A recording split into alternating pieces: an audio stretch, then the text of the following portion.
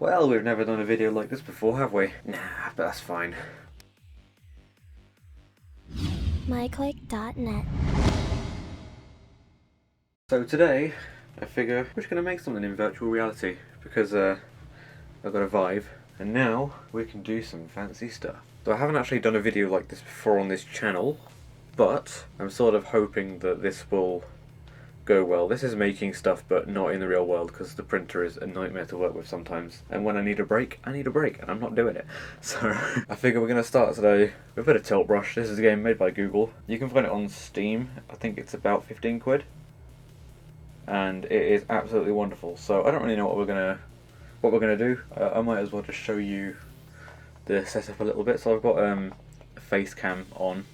It's a weird resolution because I'm doing it like on the per eye resolution that you have on the Vive. So I think that's 1080 by 1200. So yeah, I've had to do a bit of faffing around to get it to work because I don't know if games have different resolutions or whatnot, but we're gonna figure it out. So this is Tilt Brush. So the way that this actually works is that there's a base station up there and a base station up there, and they just flood the room with lasers. Essentially, they just scan down all the time with a bunch of lasers, and then the sensors on the headset and controllers can pick those up. Really does make for great tracking on here. But this is a little bit of 3D painting stuff, so I can do this, and then this is all 3D in my face. And then I've done a thing. I can press that button there to undo. Oh, there are different brushes as well, so we can go over here, and now you can see, apart from my shaky hands, which you're gonna have to excuse, I don't really have a way of counteracting that. I'm not very good at being steady. You can see we've got all sorts of crazy brushes that we can use. I quite like, where is it? It's all the way over here. We'll go for a shiny hull, like this. So then you can see I can do this. And normally when you're painting, so it just goes back to, oh god, didn't mean that. So if I go back to the light brush, which is what I was using before, so you can see that this is, it's just going wherever my brush is, but this almost draws a line directly from, you know, where we started to where the brush is, which is great for doing solid things. I can show you a few things that I've made already in here. So if I go all the way over to Sketchbook, so this is one of the things that I made, which will show up in a second. Oh god, there it is. Whoa! Right, if I just walk over here a bit, which there's a chair in the way, get out of my way. Big old fireplace. I'm going to disappear from the shot a little bit. Oh, by the way, I've got my cable going all the way to the ceiling. It's on a pulley system, so if I go, hang on, I've got to find the cable first. Like if I press this button, I can actually see what I'm doing. There you go. So if I just pull this down, you can hopefully see that there's a pulley going here. It means that when I crouch down like this, I'm not about to pull my face off, but you can't see me anymore. I can go down here. Oh, warm. So I think I made these using the, it's probably icing, or maybe it's wire actually. Yeah, it'll be wire. So then you can make these a certain size, and then it's you can't really see it very well, but it's actually kind of 3D. Whereas again, if we go back to our light brush, which is what we started with, you can see that it's actually pretty flat. Like it's only visible from one angle, really. Yeah. So yeah, the way I made this was I just went over to the wire, changed the brush to a sort of brown. Probably want a dark orange for that. And then you just do whoosh, whoosh, whoosh, whoosh. It looks a bit like feces, I must admit, but when you do this like this, it actually kind of looks like wood, like twigs that you found on the forest or whatever. So there's just a bunch of these. Every time I do this, it's a brush stroke, is what it's called. So when you press the undo button there, it'll undo one brush stroke, so you can see it undoes all that. And then for the fire, what I did is I went to the fire preset, and then we want the sort of a fiery colour. Yeah, that sort of thing, that'll do. Make the brush nice and big. Whoosh. Oh, I think I just hit the mic. Sorry about that. And there you go. So that's sort of how I did it. Obviously, I spent a bit longer on this one. Oh, that's the other thing I did, is I added some of these embers, a few up here. They're not quite as big, but you know, you get the picture. So let me just come back into frame. Okay, just check that I haven't buggered the mic up too much. No, I haven't. So, again, you can just undo all of this. And then we're just left with this fire. What I did is I actually made this sort of so it looks good from a lot of different angles as well, because if you, so say if I get my fire again, like this, and then you do whoosh like that, see it looks good from this angle, but then when you go over here, you know, it's very flat. I've had to do sort of this sort of thing, which is what a lot of games do to make things look a bit more 3D. Makes it a bit more dense, but it's also a great way of doing this, because fire's not all, you know, there's a lot of solidness going on in there. Also burning my hand. Yes, I've had to do that quite a bit. So the other thing that I'm quite proud of is this, which I did quite recently, and you can see it getting made as well. Look at that. There we go. So now you can, so there are two, you see these buttons here, oh, you can't see that. At the top of this controller, you see this? So you see these big, like, oval things here. I can press these, yeah, that thing there, the thing that's changing colour. So there are two of them per controller, but they are the same button. So you can't, like, program this one to do certain things and then that one to do other things. If you squeeze both of them, and then go ooh, then you can change your scale. So that's what I've been doing. So I am now the size of a chicken.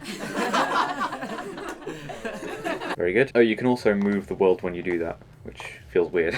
So if I was a human scale, so like this, then this is actually how big it is. So pretty bloody small, and all the shadows have got no idea what they're doing. So if I just go and scale this up a little bit.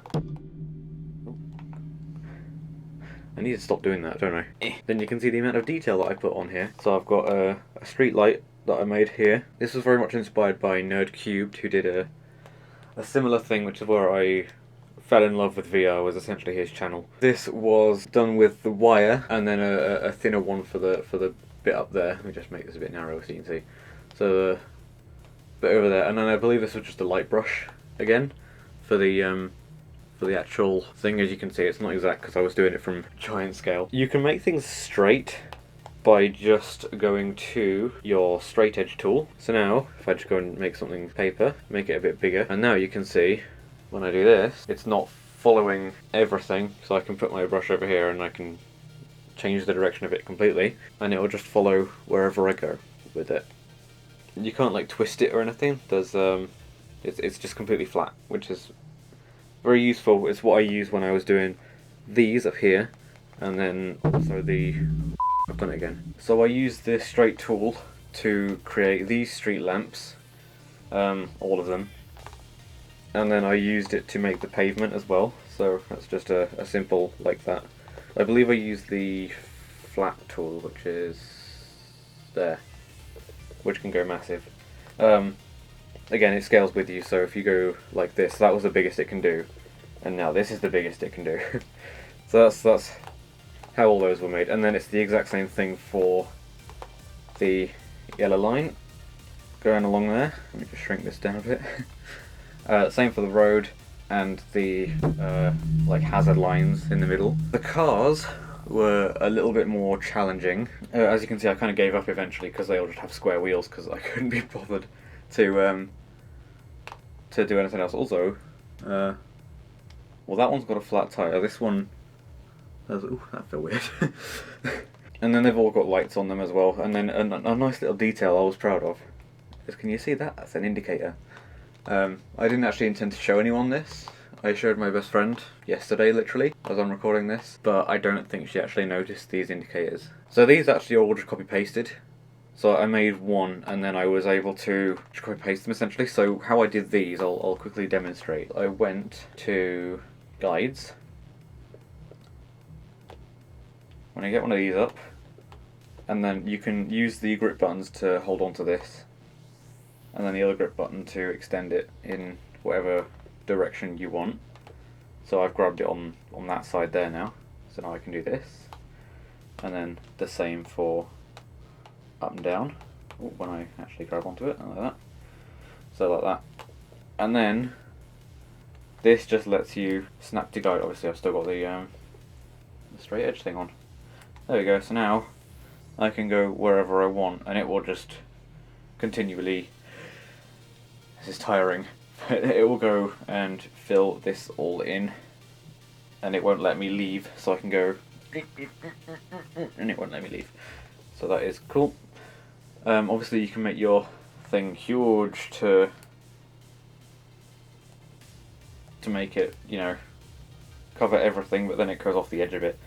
So the way I do the cars exactly in such a near perfect way for the rectangles and whatnot is I use the tool that I was showing you earlier. So I think I went for the shiny hull. Yeah, we're going to make a yellow car for now. So I just start in a corner and then I do this. Oh, I don't think I did it quite this big actually when I was doing the cars, but then you can see this just makes everything nice and even over the whole edge, and then you do this for all of the sides. Obviously when I was doing it I had the brush pretty small, because when you're doing it like this it doesn't actually matter how big the brush is, and you can start from anywhere as well because it'll just fill the whole thing in, won't it really? And then when you're done with this, all you have to do is grab the guide and literally throw it away. And it goes the same with this, so you can get rid of it just by clicking this, or throw it away. And there you go. So now I've got this giant plate. Now the way you actually move stuff around is if you go to the selection tool, then you see how it's got like an outline around it, and then you use the grip buttons again. I believe you can resize it as well. There you go. There we go. And then you can also press this to copy, like that. And then you can select all of them, move them around again, throw away. The way I did these windows here, the like see-through shiny windows, is I used I think it was the diamond hull. So these don't really have too much colour on them, so they have a bit of a tint obviously, but that's how I did that. And then I just made another, so if I just go get my guides up again, so I just basically did that and just aligned it carefully. It took me ages to get that right, but then that allows you to, well yes, just do the windows and stuff. Very good. Go away. I said go away. And then you too, go away. It's satisfying enough to do that, I'm just saying. If I do recommend this game. It's made by Google, so you know it's going to be great quality. Google's products generally have a lot of testing put through them. Oh, and obviously the background is just the same as this, but blue. And then there are these clouds that I made as well, which you can also think. So you see how scruffy they actually came out as. So that's how I did that. I know there's actually like a smoke thing. So if I go over here, smoke, we're gonna make a nasty urine cloud or something. And then you can see here we have. I think this was actually Mum's idea. She came in and said I wouldn't want to live there because there's no hills to run on. So I made some hills. That's what I did. Right there. I think these were made out of the paper. I think they were paper hills. Yeah, there. That's how they were made, and they weren't done with any sort of guides or anything. I just sort of did this. Whee! Very good. Obviously, you can actually scale everything up as well. So once I've done this, so now we can just select everything, every brush stroke that I showed you previously. You've got to be careful because there's some of the details on these cars don't actually get caught. So you have to. This is the issue when you do a lot of detail stuff, is that a lot of the details get lost when you're trying to select them like this. Of course there is an easy way of doing that, which is just to go select all, like that. And then let's make ourselves normal size, and then we can make this huge and rotate it in any way we want. In fact, now I feel like a small child standing on the street. You can see the amount of shake that my hand has there. So now we can disable the selection tool, and now if I make myself the size of a dinosaur, then, oh, I did these like almost curtains around everything, just so that I just didn't like the fact that the road just dips off to nowhere. So I made it so there's like almost a black hole there. Yeah, so I think that's a good introduction as to what you can actually do in Tilt Brush. This is the HTC Vive. I can actually see a little bit more than you can because I've got a grid floating around me. Like if I go over here, again, NerdCubed showed this off in his video. I might actually leave a link to his thing in the description. Also, I'm just battling the cable at the minute. Get out of my face! Oh. I'm actually gonna die. So you can't see this, but I've actually got a grid. What's this?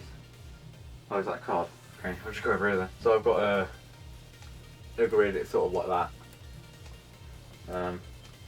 And it's just everywhere. Whenever I put my controller or whatever close to the wall. Obviously you can't see that. So yeah, hope you've enjoyed watching this video. If you want me to do more VR stuff, then I can absolutely do that because I love VR. This is one of the most fun things I've ever done, and I'm so happy that I have a Vive, even though they don't make these anymore. So yeah, thank you very much for watching, and I will see you later. Bye! Thanks for watching my video. If you liked it, let me know by rating, commenting and sharing. It can all be found below, and if you would be so inclined to go ahead and press subscribe, I'll show you way more stuff you like, or you can visit my website. I'll forever be grateful if you would just be so kind as to take a peep at what else I do on my many other YouTubes. Well, I must be on my way, but not until I give a wave. I hope you've enjoyed watching us on M.I.C.O.Y.C my click arts.